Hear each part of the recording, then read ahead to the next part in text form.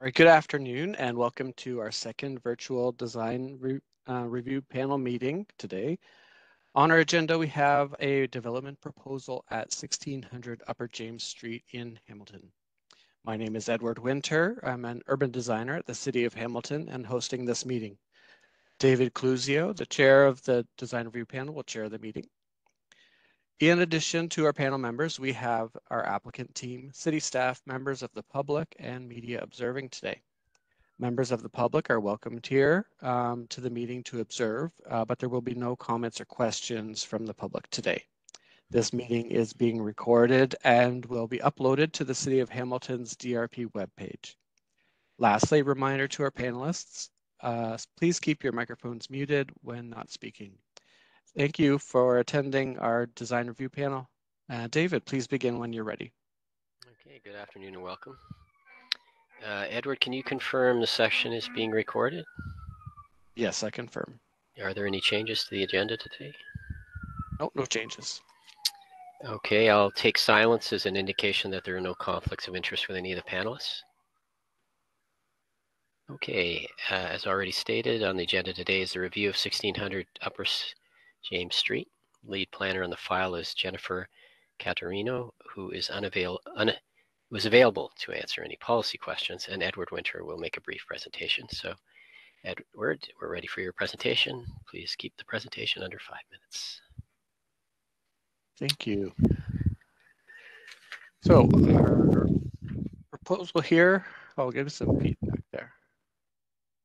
Our proposed development is for a 21-story mixed-use multiple resident building with 248 residential units, approximately 150 square meters of commercial space on the ground floor fronting Upper James Street, and approximately 552 square meters of amenity space comprised of both indoor and outdoor spaces. There are 159 parking spaces proposed to serve this proposal. Subject site is shown with the black X at the corner of Upper James running diagonally vertically and Rymel Road showing diagonally horizontal.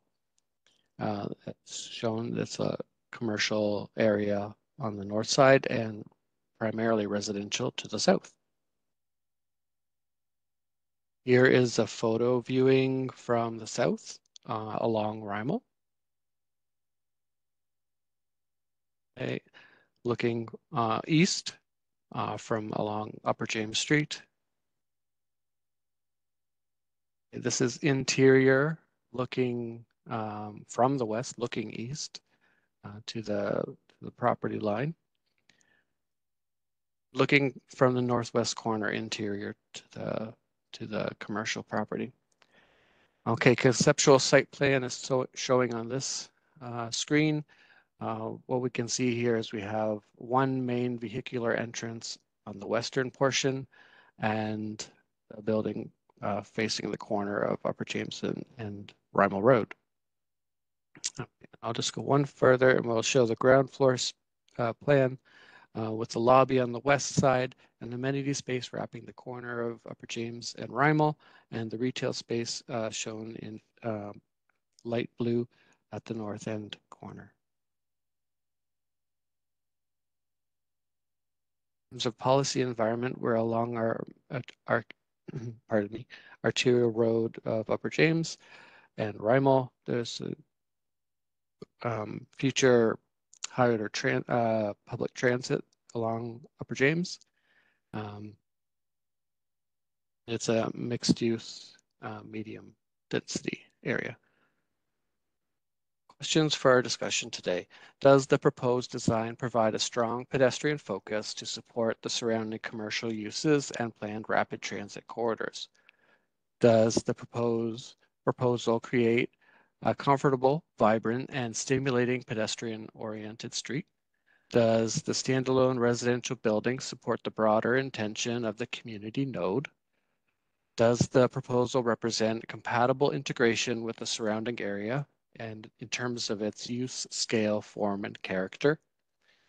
Does the proposal provide for a mix of unit sizes to accommodate a range of housing and income levels? Does the proposal contain sufficient floor area to accommodate successful retail and service commercial uses at grade? And lastly, does the proposal satisfy the criteria in achieving a 21-story height? Okay, that concludes the staff presentation. We'll move on.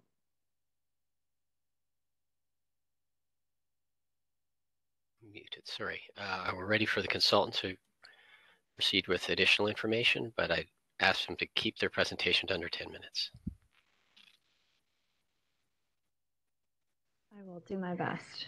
Let me know when you can see the presentation. We can.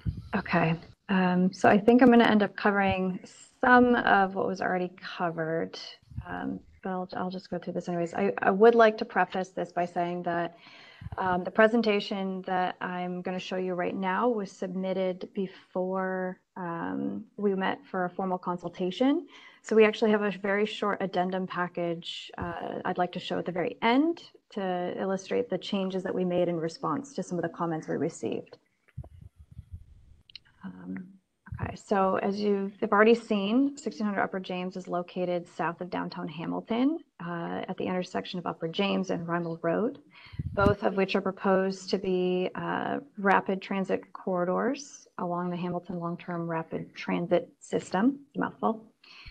So here you see Rymel Road as line S and Upper James as line A. So this is a clip from the official plan for urban structures. This is where we started to hear some of the terminology of the urban corridors, the community node. So the official plan identifies community nodes and urban corridors as areas for intensification, containing a range of housing opportunities while linked to higher order transit. So we're in a prime location. The official plan does reference built form being primarily low and mid-rise, but that it acknowledges that along the length of the corridors, there's some areas permitted to accommodate high density and high-rise built form. And being on the intersection of two planned higher order transit, we felt that this was a prime location for that. Sorry, so this clip obviously also from the official plan shows the designated mixed use. You've already seen this. So here's the current zoning. Everything that's highlighted in mixed use right now is actually commercial, retail, and restaurants. So we are at the northwest corner of this intersection.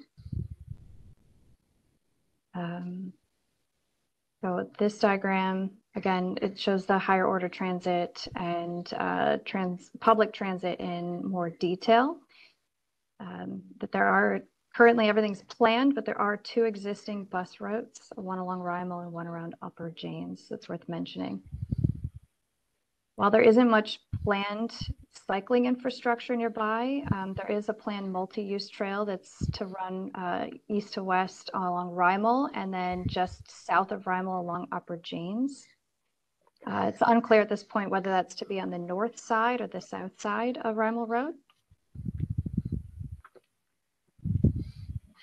So there, I'm going to skip past this. There's a lot of amenities within this area, mostly banks, restaurants, some auto sales centers, and some big box stores in the immediate vicinity. So there's some planned residential developments that are being proposed, ranging anywhere from 7 to 20 stories. At the time of this presentation, I believe all proposals were in review and not yet approved. So here's our site in aerial form. To the west of this site is a Wendy's and a Taco Bell. And there's a car rental facility to the north of us, as well as a Kelsey's. So these are street, so you've already seen some street views just showing the site in its context. The site is currently, it's a half an acre, was previously a used car lot, but now sits vacant. So this next diagram shows the breakdown of the built form. The proposal consists of a 15-story tower sitting on top of a 6-story podium, totaling 21 stories in height. The building podium set back 7.5 meters to both the north property line and the west property line. And the tower set back 12.5 meters from both neighboring property lines, so that should the neighbors develop in the future, we can accommodate a 25-meter tower separation distance. As you can see here at the ground floor, I don't know if you can see my cursor, there's a significant setback that's a portion of the land to be dedicated to the city for a widening of Rymel Road. So here we've colored in the uses of the building. So to activate the public realm, we've located amenity at grade so that it can be highly glazed and visible to the street. With the lobby and site access are located on the west edge of the property along Rymel Road. And our tower floor plate is on the smaller side of 700 square meters. So here we have a 3D diagram of the site access and pedestrian paths across the site. Skipping through this. You've seen this already. We do have outdoor amenity in the original. The presentation I'm showing you today on the north side, this is now in the revised proposal will be removed. We've been asked to extend the podium north closer to the property line and move the amenity to the roof. There are 5 levels of parking comprising of, 159 parking spaces. There's also 124 long-term bicycle spaces located in the underground. The building servicing is tucked into the northwest corner to allow the street frontages to remain active. And as I mentioned, the outdoor amenity that's shown here is no longer there. So the floors above, the current proposal consists of 248 units, 75% of which are targeted as 1-beds and 1-bed plus dens, and 25% will be 2- and 3-bedroom units. The residential development has approximately 174,000 square feet of gross floor area, resulting in a 7 times density. So this landscaping was provided by Adesso Design Inc. It's worth mentioning that there's some existing trees here on the northern property line that are going to be maintained, and there will be street trees that have been implemented into the public right-of-way or the boulevard. Getting to the renderings. So this perspective is taken along the primary corner of Rymel and Upper James. So for the podium, we're proposing a masonry, sticking with more traditional and tactile materials, but with a more modern linen color rather than a traditional red brick. We have warmer tactile materials used at grade while still providing significant glazing to give the illusion of, glazing to address and keep eyes on the corner for security purposes. So as for the breakdown of the tower, we did split the proportions of the tower and use contrasting materials to give the illusion of a thinner tower and emphasize and draw your eye to the corner. So we've used glass and glass spandrel on the far north and west side so that it can reflect the sky and generally kind of disappear, if I may, while we're using a darker metal panel behind the corner of the building and using balconies and play-in balconies to draw your eye and emphasize that intersection. So we've even played with the slab edge and railing detail in order to draw your eye to the corner. You see a thin slab edge that when it gets to the balcony becomes thicker and then is further emphasized at the corner being the thickest to just further create movement and emphasize the corner of that intersection. So this is the same as the first image, just zoomed in so you can get a better sense of the public realm and plantings. And here you get a better sense of some of the more finite detailing in the masonry around the windows and inset balconies. Sorry, I'm getting some feedback. Oh, thank you. This is just a concept image of what we were envisioning for the ground floor amenity that's no longer there. So if you don't mind, I'm just going to quick jump to what we have revised plans. So we had our formal consultation after this was submitted, and through discussions with the city, we made some revisions. At a high level, we extended the podium north towards the property line and moved the outdoor amenity that was at grade up to the roof. I think that was intended to create more of a street frontage along Upper James and further activate the street, and then move the private amenity to the rooftop. So we've also incorporated a small commercial space towards the north side of the property on the ground floor. It's added a few of larger units within the podium. And then we've provided indoor with adjacent outdoor amenity on the roof. Then that concludes. I blew through that super fast. Right on time. So I'm going to turn it over questions to the panel members. Jennifer Sison. Thank you, David, and thank you, Adrian and Edward, for your presentations. In the addendum, you've noted the amenity space will be moved to the roof.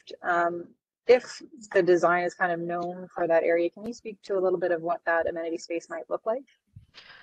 At this stage, we don't know what the program within that amenity will be. I will look into that as we get some information from marketing to see what's desired, if it's whether it's a small outdoor play space for children or if it's meant to be more of a like quiet outdoor space to accompany a party room. It hasn't been discussed yet with the client, so I can't speak much more to what that would be.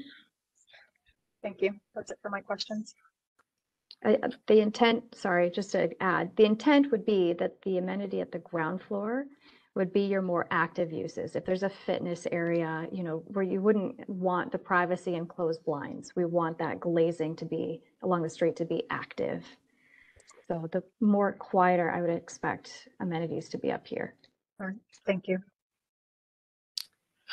Joey.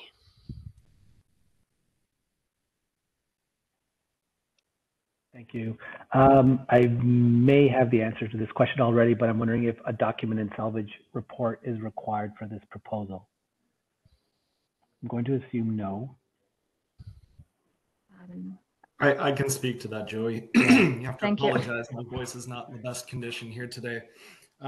We have not been required to address any cultural heritage issues on the site, particularly with respect to documentation and salvage. There is no heritage asset on the site. Okay, thanks, Brent. I assume that. Also, how many stories are considered a mid-rise building? Maybe this is a question for Edward.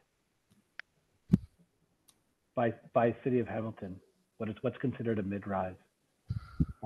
I can speak to that if Edward's not available right now. Anything above 44 meters is typically considered a high-rise building. Anything below 44 meters is considered mid-rise. Okay. What's the height of this building proposed? I believe we were 60-something. Could you confirm that, please, Adriana? Yes. Sorry. I'll dig into, we actually have an appendices here. So yeah, we're just over 66 meters. Okay, thank you.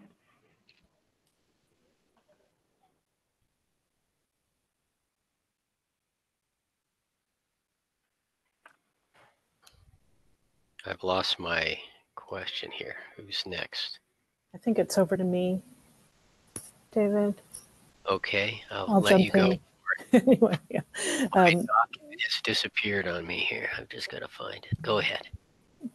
Thank you for your presentation. Sorry, I had to, my internet booted me out, so I missed some of your presentation, but we did discuss your project in advance in our pre-meeting. I have one question more for the city. Given the fact that the immediate context of this project is going to change radically, you know, the Wendy's and the Taco Bell will likely be developed into more dense developments, but the footprint of the greater site is huge, and sort of would demand some sub-block, divisions. I think this project is ultimately it's a very tight site, and the road access to it might be alleviated if there was a larger master plan. So understand you probably even can't answer that because they're private landowners, but is there an urban strategy at the city level for sites like this? Hi, so Jennifer Caterino here from Development Planning. I can respond to your question actually. So our official plan speaks to areas that do not have secondary plans, and we typically, one of the policies requires that an applicant will provide a contextual plan for the surrounding areas, and that is something that we have asked for. But we have also flagged for our policy team that this community node would definitely benefit for some greater analysis and for some further planning. But immediately connected to this application, we have asked for a conceptual design for how this building will fit into the community node as a whole. Thank you. I have no further questions. I found my document. Ted is next. Thanks. Just one question. What is the mix of units, percentage-wise, in terms of studio, one bedroom, et cetera? Is it rental? Is it condo? And is there affordable units, or what would be designated as affordable as part of that? So I can answer that. The current mix is 75% of the units would be targeted as one bed plus den, and 25% would be 2 and 3 bed. And it's intended to be condo. The client can correct me if I'm wrong, but I don't know that we've discussed the affordable portion of it. Okay, thank you.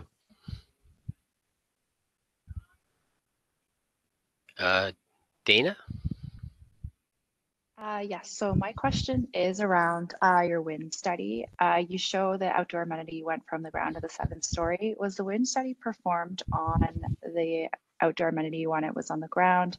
And if so, how will that shift to the 7th story impact the wind conditions?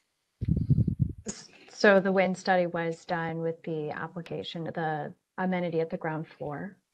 So it being up on the roof and on the north side, we will have to address wind conditions likely. So we'll have to update that report for submission, but we'll have to provide taller wind barriers along the perimeter, and if need be, introduce a canopy or some form of arbor to help mitigate the wind. Okay, thanks. And my final question is, you noted in the unit breakdown that 25% were 2 and 3. Do you know what percent is 3? At the moment, 5, just over 5% is 5%. Okay, thank you. That's everything for me.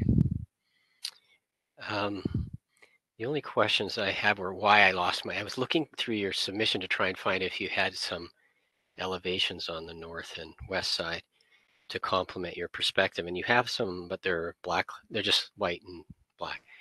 I don't really understand the materiality that you're thinking of the tower, given that choice to go sort of mirror glass on the corners there, how that wraps around to complete the complex. I might be able to pull up some others that we did. They're not as good a quality, but to speak to it right now, so this is the north elevation that glass and glass spandrel that's supposed to reflect wraps this facade. So this is the north edge, and the same goes on the west.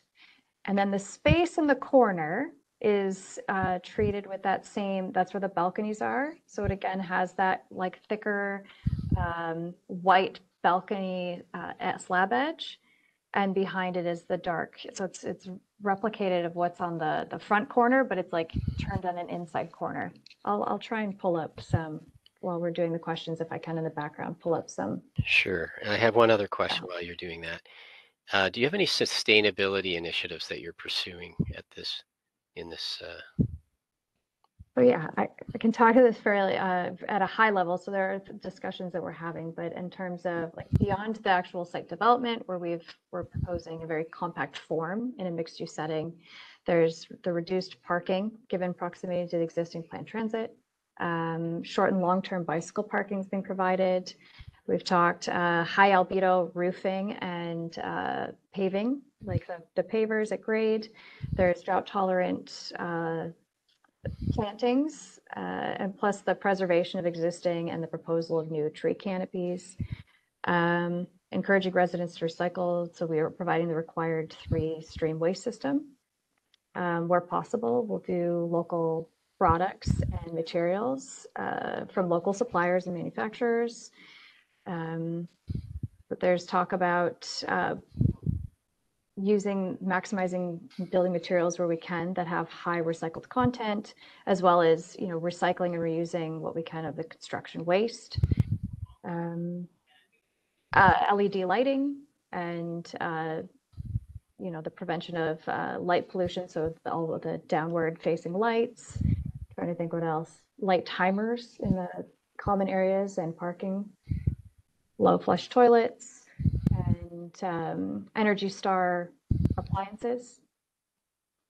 So kind of, it's a long list of some of the, but that's what we've discussed and are entertaining at the moment.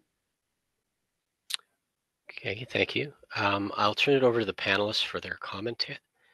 And first, Jennifer Sison. Thanks, David. So I wanted to kick us off kind of noting like how important this corner is going to be. This is kind of the first in what could be a series of redevelopments. So it's really going to be a precedent-setting design for the area. While I agree that some extra height and density is well suited to the area, given that it's in proximity to transit and the planned higher order transit and services that are nearby, I think the proposed development really needs to also set a precedent in terms of design excellence and activation of the public realm. I was happy to hear from Jennifer Caterino that a contextual plan is something that has already been asked for, because I was going to challenge you to consider how those neighboring properties are going to likely develop over time. Even considering whether this should be an outward-facing development towards Rymel and Upper James, or whether it should be kind of inward-facing towards those new future developments. And that's going to obviously depend on how that future development rolls out and where the internal roads are within that. But I really would like to see that contextual plan and understand how this development would be tying in with that future potential redevelopment. In terms of the development as is shown, I would really encourage you to look at having retail or cafe space on that ground floor being along the majority of the frontage and even at the corner for Rymel and Upper James, or at least having the ability to pivot these spaces over time if retail becomes more desirable, there's more of a market demand for it in the future. To go along with that, I'd also encourage you to relocate some of your amenity space that's at grade, maybe providing that outside. One thing, if you are looking at how this development ties in with the rest of the future development, is the area that we've dedicated for loading and garage access, the amount of parking and hardscape in there. If there's a way to relook at that and use that space for amenity rather than just as a vehicular circulation, that would be, I think, a much better use of that space if it's possible. I do find that offering less parking in this area is a good choice, given the transit opportunities that will be nearby, and I'm happy to hear that in terms of a sustainability lens as well. But I do think more active uses are needed and more pedestrian or cyclist connections at grade, as well as a redesign of your amenity spaces at that grade level to get the best use of the ground floor. Overall, I'm happy to see development on a vacant lot and more mixed use residential going into what's predominantly a commercial strip at this time. And really think that this development can and will be able to set the tone for all redevelopment in this area. And I would really hope and encourage you to hold yourselves to a very high standard in that regard. So thank you so much. That's all of my comments.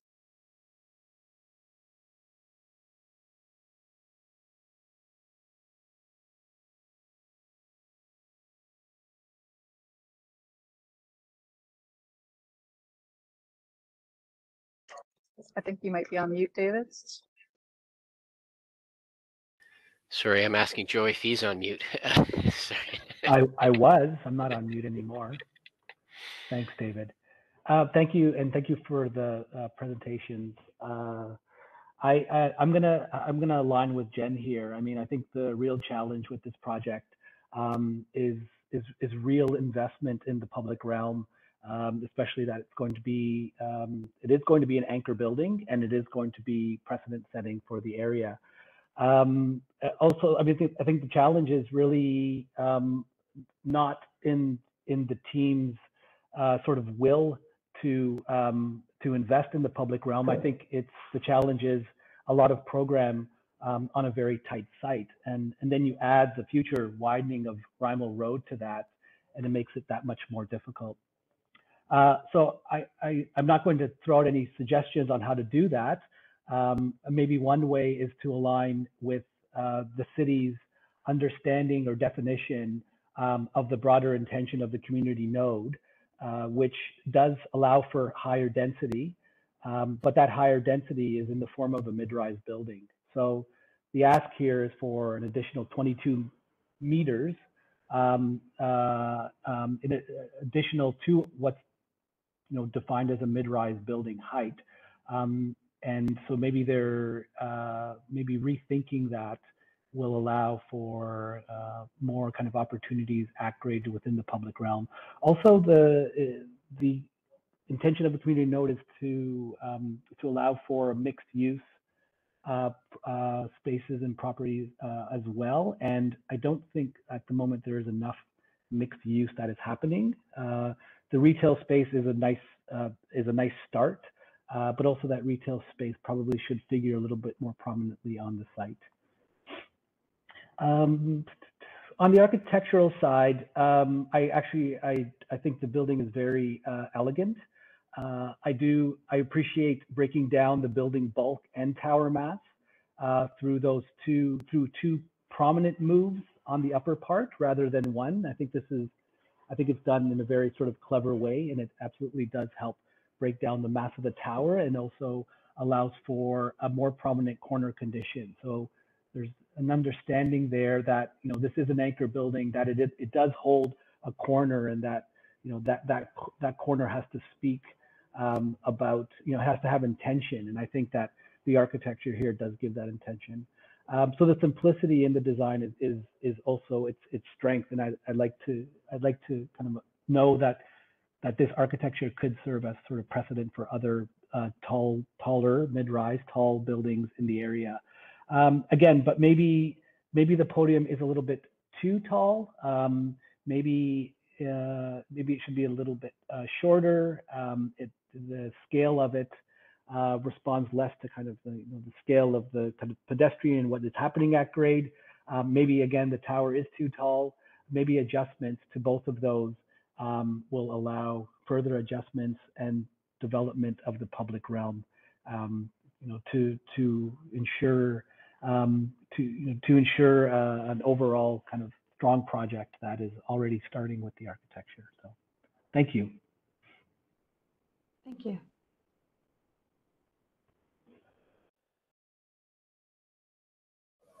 Sorry, Jennifer Mallett. Thank you. I agree with Joey's comment just now that the architecture is elegant and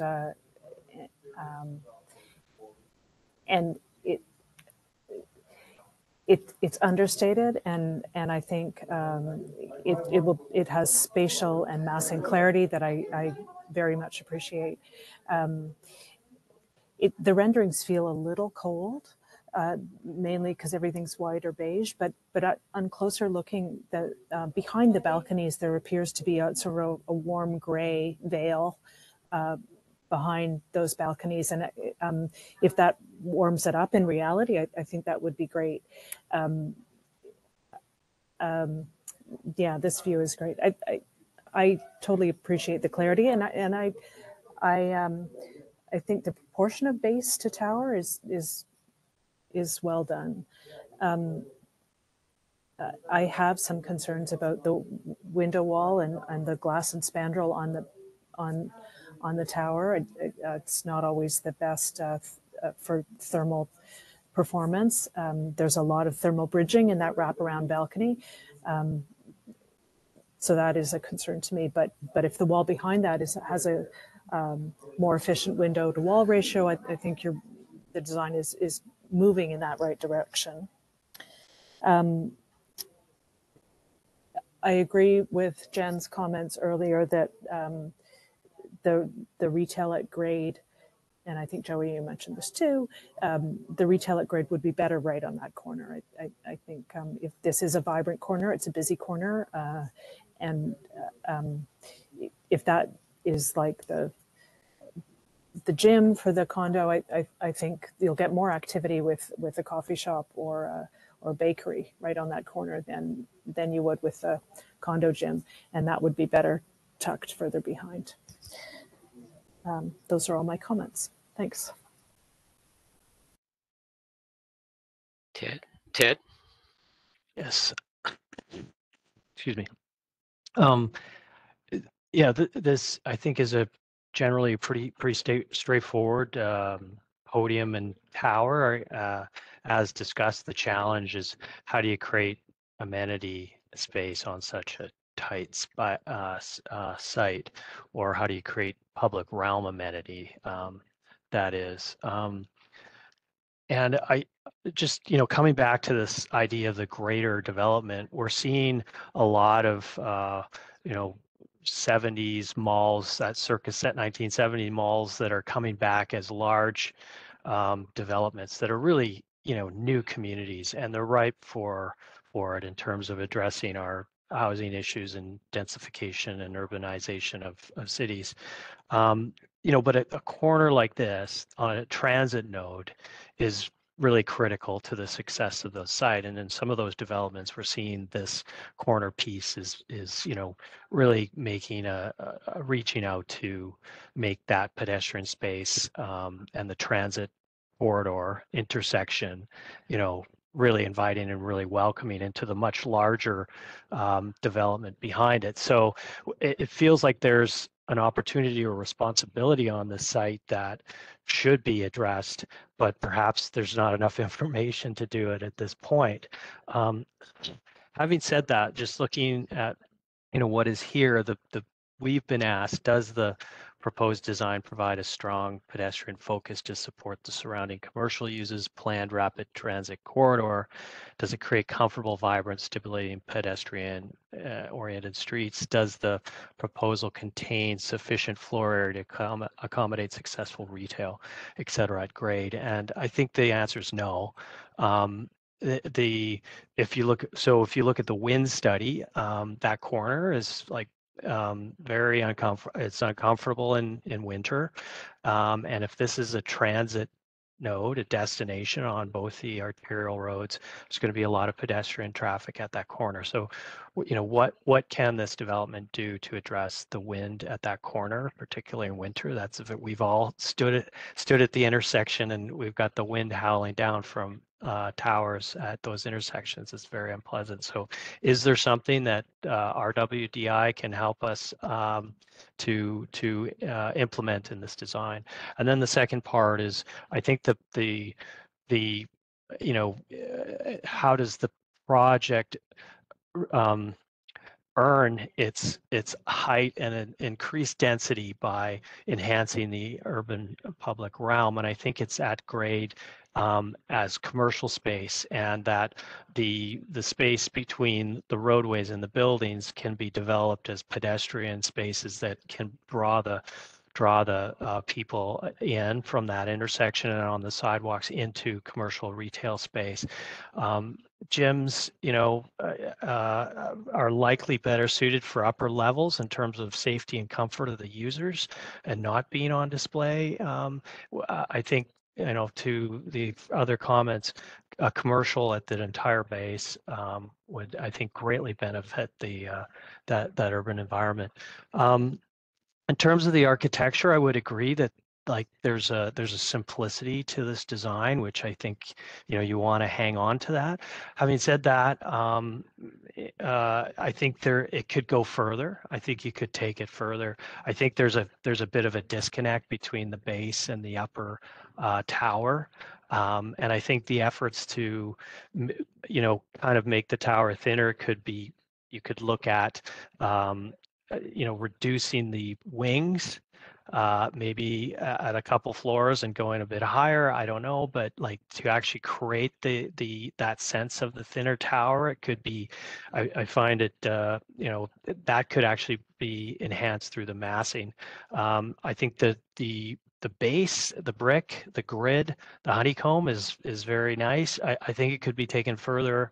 Are there some vertical movement in that, double height openings, or is there some variation in it that gives it a bit more interest? And how does that relate to this balcony and the strategy above, which I think is articulated nicely, and it's definitely addressing the corner, but maybe it does it differently to each of the streets, which have a different character. So I think there's ways of thinking about it as you move forward. Is how do we take it a little further to give it a bit more identity, a bit more uniqueness, while keeping the simplicity that's been discussed. So those are my comments, and thank you for the submission. Generally, I think it's an appropriate development, and it's competently executed. Thank you. Thank you. Dana? Thank you. Yeah, I'm going to be brief. I do want to say that I echo all of my colleagues' feedback so far. I am really excited to see that you're looking at the context. This is the first piece of the puzzle, and I think that it needs to fit into the rest as it develops over time. So having that contextual plan and making sure that the portions of the site that integrate with the other site are realized and circulate well with any future development that could happen on those lands, and that they don't just appear as kind of back of house, and that there's a future for how those will integrate well into the larger site. I do just want to echo again, I think there needs to be active use at grade. This is a future transit corridor, and that is, I think, a non-negotiable. And by active use, I mean retail or commercial. Amenity space is fine at grade sometimes in some conditions, but this is a corner site. And sometimes I've seen amenity space such as workout rooms have frosted glass and it not really provide that activation that everybody kind of wants at the ground level. I echoed Ted's comments on the wind. I noticed that there's a lot of strong wind conditions at residential entrances, and with the outdoor amenity being on the north side of the building, I think that you're going to have to look at that very, very carefully in your next phase, is to ensure that you're mitigating the wind conditions, that it's good for seating, and that you're mitigating the wind at the entrances as well as at the corner, so that you're encouraging people to kind of move slowly through that space and feel comfortable on the street level. I think that's the most important part of your development. That's everything from me. Thank you. Thank you. So in listening to all the panelists, I think some of my comments have already been, I support what my fellow panelists have said. Ted really stole my last comment, and so I don't really have much to add about the architecture. I agree in essence that I find the refinement of the brick at the base is very, in general, I'd say the project is very workmanlike, very strong, solid architectural approach. I do agree that the tower could be more refined. I'm not sure it's kind of singing together with the base, but these are, fairly, granular comments. I think that the conversation really is about that idea of how do you earn a project of this size that kind of breaks through all of the the existing zoning height set for the site, and certainly at a node like this, it's quite imaginable that this density would be completely appropriate and supportable. The challenge is that the base and how it is addressing this opportunity is really not up to the context, as has been reiterated over and over again here.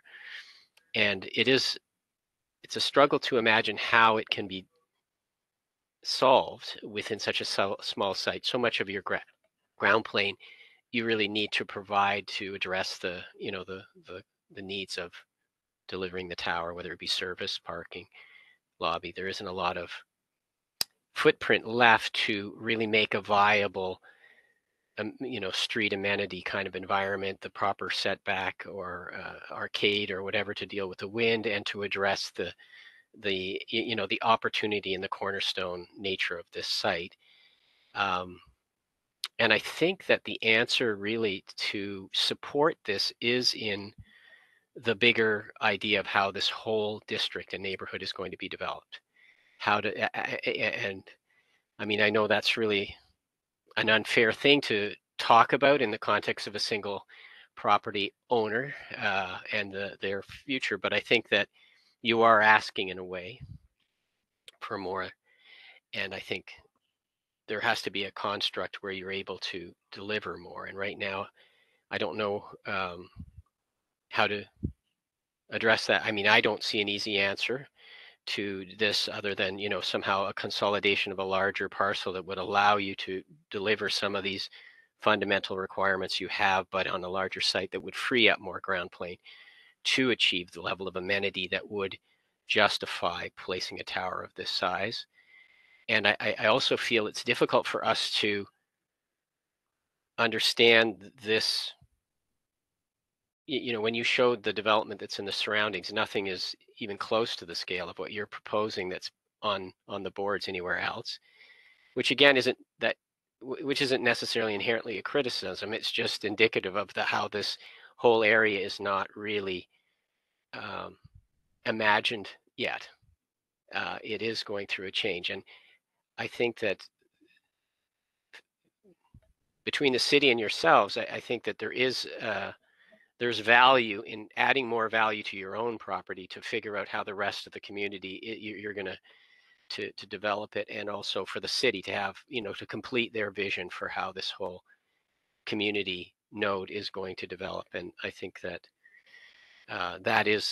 that's the inherent challenge here, is just and I struggle to easily see how to address it within the what you have, aside from the fact that, I mean, it is all of those other things that everybody else has said. You've done a very workmanlike solution on the site that you have, and there's a few things like moving the amenity areas and maximize the retail that you can do, but I'm not sure it's enough to really support the level of intensity that this kind of tower and the suggestion of development density that this has is driving or suggesting at such an important corner in the development of this area.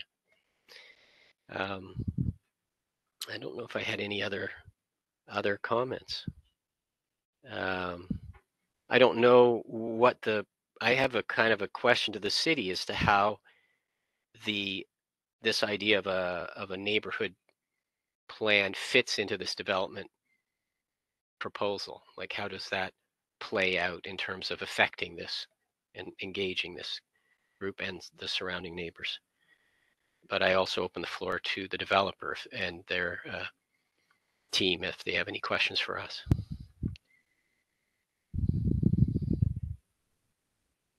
If you allow, this is Mr. Meir, I'm the president of LJM. If you allow, I'll not take more time. Can you hear me? Yes, yeah. Okay, I really appreciate, David, you and your team. They are very visionary people here together. It's the education to learn, all of you. And so from our side, I compliment my team, Kirkor, planner and our LGM team for putting up such a challenging building. And we take pride that every site of us is challenging in southern Ontario. We carry that flag. You know, in Grimsby, we put up a building which has never been done in Canada. And nobody can build such a building because it's single-doored building. And in Burlington, we were the first one to build the tallest building in Burlington. So wherever we go, we are the first one to, you know, confront that situation. And here, you should appreciate, and you are doing that it's a very challenging site. This is a small site, we cannot make it bigger. We have to see the best use of it. So we are putting $150 million investment right up there. What is the alternative? If we don't do it, there will be a small shop there because it's a contaminated site, it's a corner, it's an excellent area, and coming up area, it will change the landscape. But when we enter to any area, it will change the landscape of that particular area and the real estate prices as well. Now we can pick few points that I have noticed, like the coffee shop or condo gym, those things can be done. Wind study issues can be taken care of. And we will also inject some of more aid, but overall building is very important. And one very, very significant point that you people should know, you are visionary people. I'm a chartered accountant, and then I'm 40 years business. The threshold for a condo is 225 units. If you are building less than that, you are a donor. And this is just 250. If you just decrease the number of units or the height and stuff, you're not building. The project is not viable. That's why so many cancellations that you see. People go in the heat of the moment, and then they feel, they do their economics and it's not working. Therefore, this is 250 is this thing, and I compliment Kirkor to, bringing all the aspect of the design, the city requirement, zoning, the requirement of the real estate and the economics together, that is how this has taken us 2 years to come to that point. And thank you very much for your positive comments. I think these are very good points. We have listened them carefully, will take note, and our planner will take note, and architect, but thank you for your support. Thanks for your feedback. I think if I was to maybe speak for the panel, I'd say the height and the number of the units is not a concern. The concern is all on the ground. That is the main challenge. And I think that if you and the Kirkor team can find an innovative way to maximize that or modify that ground floor to increase the amount of street related area, it's a very shallow ribbon right now. And if that meant that you went up an extra story, I'm not going to say try and comment on your pro forma, but I'm just saying that if that meant going up a little bit higher, as Ted was suggesting, to make the tower read more as a tower on the corner, and there was made a little bit of silhouette that the tower was added, and that allowed you to do something more innovative on the ground floor, I think the project would be better, and it would be a win-win. So I think we're not trying to discourage you from going ahead with the project. I think we think there's lots of good things that your project is bringing.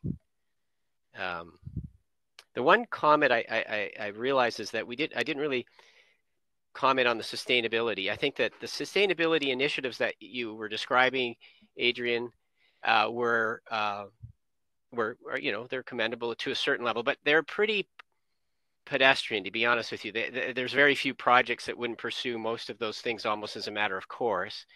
And I would encourage you to maybe, and certainly an enlightened developer like LGM could maybe look towards some other investments in terms of building performance in light of where we are on the planet right now, and are we doing the maximum that we can, whether it be the quality of the envelope or looking at other initiatives in terms of the more basic mechanical kind of strategies and whatnot. That's I would sort of encourage that just as a matter of course. So anyway, I encourage you to go forward with your project and refine it with these, you know, relatively modest amount of area involved in our criticism or our commentary, I guess is a better way of putting it. Thank you. Thank you. Great. Thank you, everyone, for attending our second DRP session here. We'll take a 15-minute break and we'll regroup at 4 o'clock for our third session. Thanks, everyone. Thank you. Thank you.